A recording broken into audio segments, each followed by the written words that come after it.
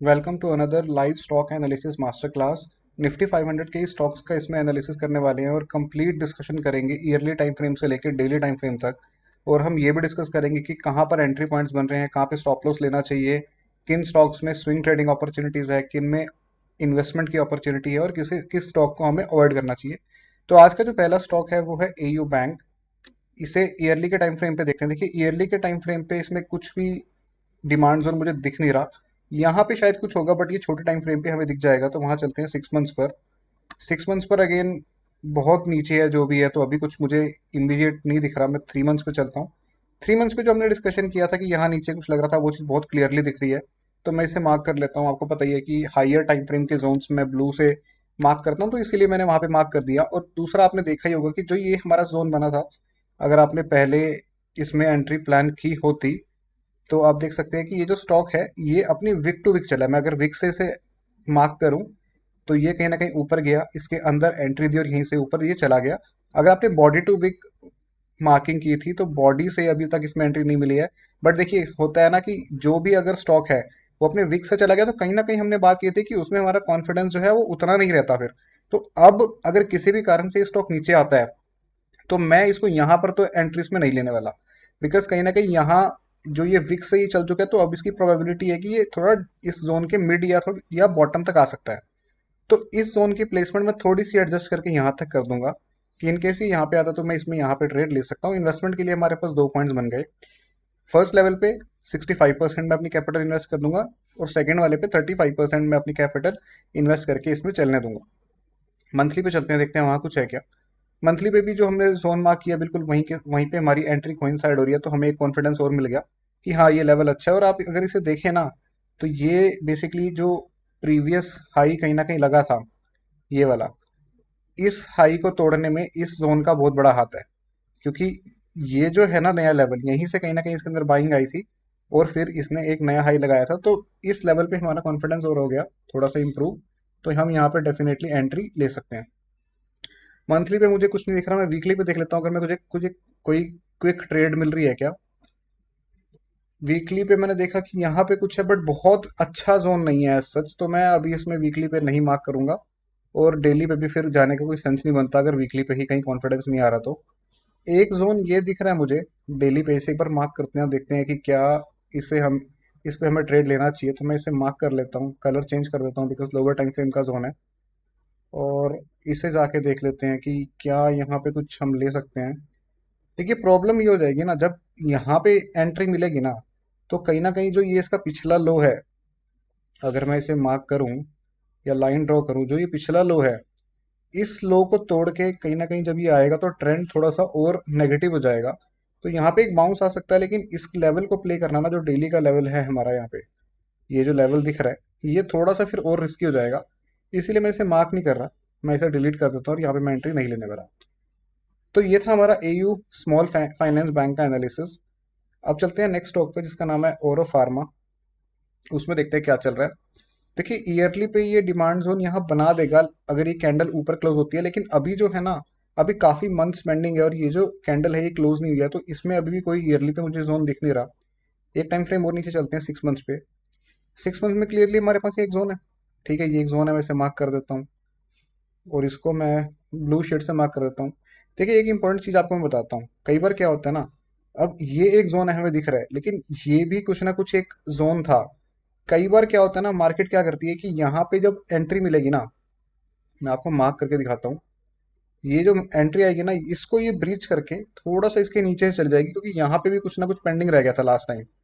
तो बस इसी कारण से ना, और इसको कहीं ना बुल ट्रैप भी बोलते हैं, कि जो बुल्स है ना, उनको लगा कि यहाँ से मार्केट ऊपर जाएगी, लेकिन ये जाती नहीं है, ये थोड़ा सा नीचे आके स्टॉप लॉस हिट करवा के जाती है। तो इसीलिए ना इस तरह के जो लेवल होते हैं उसको थोड़ा सा हम ऐसे एडजस्ट कर देंगे कि जो पिछला जो एरिया है ना, वो भी कहीं ना कहीं हमारा कवर हो जाए। तो 6 मंथ्स में हमें एक बहुत ही शानदार एरिया मिल गया। मैं चलता हूँ एक टाइम फ्रेम नीचे। देखिए वो भी जो क्वार्टरली का जोन है वो भी कहीं ना कहीं इसी के साथ ही मार्क अच्छे से हो पा रहा है और ये बहुत ही अच्छा लेवल है। अब एक चीज आप अगर देखें, जैसे हमने पहले ही बात करी, मैं एक बॉक्स ड्रॉ करने की ट्राई करता हूँ। ये कुछ मेरा एक बॉक्स ड्रॉ हुआ है। ठीक है, हुआ क्या है कि जो ये पिछले हाई पहले लग रहे थे ना, जब मार्केट ऊपर जा रही थी, देखो यहाँ से ही गया, इस यहाँ कहीं सप्लाई बना, नीचे यहाँ कोई सप्लाई बना, तो ये हो सकता है ना कि इस एरिया को तोड़ने के लिए कहीं ना कहीं यहाँ पे कोई डिमांड जोन हो, ये भी तो पॉसिबिलिटी है ना। और यहाँ पे मुझे एक क्वार्टरली पे दिख भी रहा है, क्वार्टरली पे मुझे एक डिमांड जोन दिख रहा है, मैं इसको अगर मार्क कर दूं ऐसे, जिसके अंदर प्राइस ऊपर गई, एंट्री मिली और ये ऊपर चला गया। लेकिन इससे भी अच्छा डिमांड जोन मुझे शायद, मैं शायद इस पे ट्रेड ना भी लेता, बिकॉज इतनी क्लैरिटी नहीं है।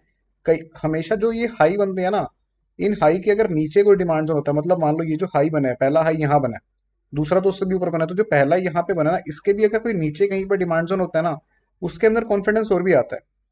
तो देख लेते हैं एक बार इस बॉक्स के नीचे कोई डिमांड जोन बन रहा है, चाहे छोटे लेवल पे ही हो।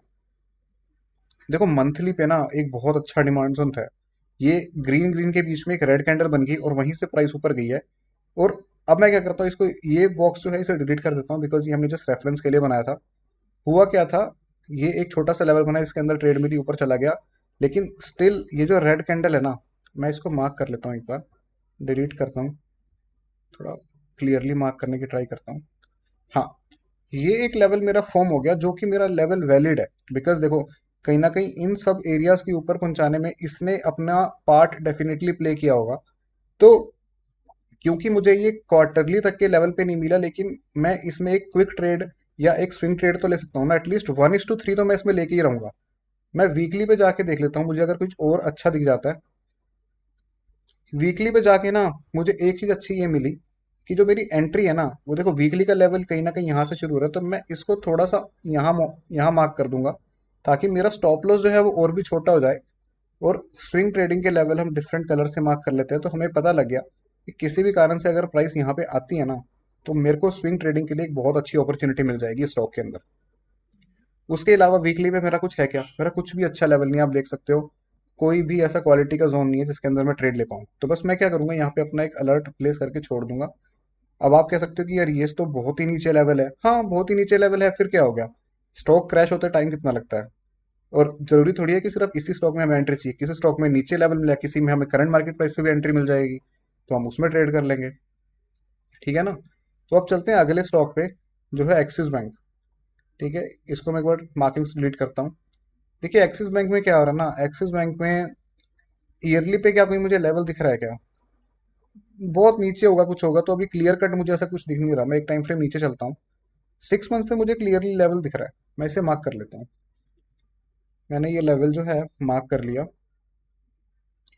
ऊपर एक ये लेवल था जो बना था, लेकिन ये लेवल था देखो, लेकिन इसको मैं इसलिए मार्क नहीं कर रहा बिकॉज अभी ऊपर गई, इसके अंदर ऑलरेडी एंट्री मिलके ये चल चुका है। ठीक है, जो चल गया लेवल उसको मैं अब मार्क नहीं करूंगा, बिकॉज हम फ्रेश लेवल ही मार्क कर रहे हैं इस वीडियो में। क्वार्टरली पे देख लेते हैं। देखो क्वार्टरली पे क्या हुआ कि एक ये लेवल था, इसमें भी एंट्री मिल गई, ये भी चला गया। और इसके अंदर देखो यही हो रहा है कि छोटे छोटे जो लेवल है ना, जैसे ये लेवल बना, एंट्री मिली चल गया, फिर एंट्री मिली फिर चल जाएगा ये होपफुली। तो इस तरह के जो लेवल्स हैं एक्सिस बैंक में फॉलो हो रहे हैं। मंथली पे चलते हैं एक बार। मंथली पे देखो, क्वार्टरली पे एक चीज मैं दोबारा जाके देखता हूँ कि हमारा ऊपर तक किसी भी लेवल में इतना कॉन्फिडेंस नहीं है। ठीक है, ये लेवल यहाँ पे आ रहा है चल जा रहा है, बट ये टेम्परेरी लेवल ही है, इसमें क्विक ट्रेड ही लूंगा, मैं बहुत बड़ी अपॉर्चुनिटी नहीं देखूंगा। और जो मंथली पे मैं गया, मंथली पे जाने के बाद क्या हो रहा है कि जितने भी ये लेवल्स हैं ये कहीं ना कहीं उसी रेंज के हैं। तो मैं, क्योंकि मेरा उन लेवल्स पे भी कॉन्फिडेंस लो था, तो मैं यहाँ पे जस्ट क्विक ट्रेड्स देख सकता हूँ। मैं कोई भी बहुत अच्छी अपॉर्चुनिटी नहीं लूंगा इसके अंदर, मतलब 1:2 तक ही देखूंगा मैं इसके अंदर, ऐसा नहीं है कि 1:5 1:6 उस तरह की अपॉर्चुनिटी नहीं देख रहा मैं एक्सिस बैंक में भी। वीकली पे चलते हैं एक बार। अगेन देखो, ये लेवल्स हैं, डेफिनेटली ये लेवल्स हैं जो हम मार्क करने को कर सकते हैं, लेकिन मैं नहीं करूंगा बिकॉज ये जो लेवल्स है ना, मेरा कॉन्फिडेंस उतना नहीं है, ये ब्रेक हो सकता है इजीली। ये जो कैंडल है मान लो यहाँ ब्रेक हुई, यहाँ पे आई, यहाँ पे आने के बाद ना इजीली ये स्टॉप लॉस देके नीचे भी आ सकती है। तो मेरे पास कोई प्रॉपर अच्छी, मतलब एक होता है ना कि देखते ही ले लेने वाली अपॉर्चुनिटी नहीं है। तो बस इसी कारण से मैं एक्सिस बैंक में अभी कोई ट्रेड नहीं लूंगा। नेक्स्ट पे चलते हैं बजाज ऑटो। ईयरली पे क्लियरली दिख रहा है कि ये स्टॉक ऊपर ही ऊपर जा रहा है। 6 मंथ पे देख लेते हैं, वहां पे भी सेम पिक्चर है, क्वार्टरली पे भी सेम पिक्चर है, तो इसमें मैक्सिमम मैं स्विंग अपॉर्चुनिटीज ही देख सकता हूँ। ठीक है, मंथली पे मुझे कुछ नहीं दिख रहा, वीकली पे मुझे कुछ दिख रहा है क्या। वीकली पे मुझे एक चीज समझ में आ गई कि देखो पहले मेरा एक ये लेवल बना था, अभी जो ये सारा कंसोलिडेशन था उसको ब्रेक करके यहाँ पे एक लेवल बना था, जिसके अंदर एंट्री मिली और ये यहीं से ऊपर जा रहा है। और जो नया लेवल इसके अंदर फॉर्म हुआ है वो ये लेवल है। तो बस इससे मैं मार्क कर लेता हूँ और यहाँ पे अपना एक अलर्ट प्लेस कर देता हूँ, क्योंकि बजाज ऑटो में मेरे पास अब क्या है, एक वीकली ट्रेड है, वीकली लेवल पर ट्रेड है। ठीक है, नेक्स्ट स्टॉक पे चलते हैं। बजाज होल्डिंग्स ईयरली पे बहुत नीचे है, डिमांड जोन बहुत नीचे है, अभी मार्क नहीं कर रहा। 6 मंथ्स पे भी वहीं पे ही है, चलो दोनों जगह आ गया, अब एक बॉक्स मार्क कर ही लेते हैं। मैंने लेवल मार्क कर लिया। क्वार्टरली पे क्या हो रहा है, इसके ऊपर ही है, जस्ट ऊपर है, क्योंकि तो बिल्कुल क्लोज दो जोन हो जाएंगे, तो मैं सिर्फ नीचे वाले की ही वेट करूंगा, और कुछ नहीं दिख रहा मुझे। मंथली पे चल तो सब रहा है इसके अंदर, देखो ये लेवल था टेम्परेरी, इसके अंदर एंट्री मिली, यहाँ से ऊपर चला गया। अभी क्या है कि अगर यहाँ पे आएगा तब भी चल जाएगा, ये तो छोटी मोटी ट्रेड्स हैं वीकली पर। देख लेते हैं, कुछ स्विंग ट्रेडिंग अपॉर्चुनिटी मिलेगी तो डेफिनेटली ले लेंगे इसके अंदर।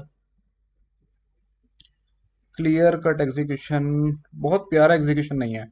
अगेन होगा क्या, फोर्स ट्रेड हो जाएगी। फोर्सफुली ट्रेड मैं नहीं लेना चाहता, कोई भी जो लूंगा नीट एंड क्लीन लूंगा। कम ट्रेड लो लेकिन बढ़िया लो, सिंपल सा लॉजिक है। यहाँ कहीं पे कुछ ना कुछ मिल जाएगा, ठीक है। एक बार एक लाइन ड्रॉ कर लेता हूँ बस, जब अगली बार आएंगे तो देख लेंगे, अगर प्राइस इसके पास हुआ तो एक स्कैल्पिंग अपॉर्चुनिटी शायद देख लेंगे इसके अंदर, उससे ज़्यादा भी नहीं देख रहा मैं इसके अंदर। ठीक है, नेक्स्ट पे चलते हैं। बजाज फाइनेंस।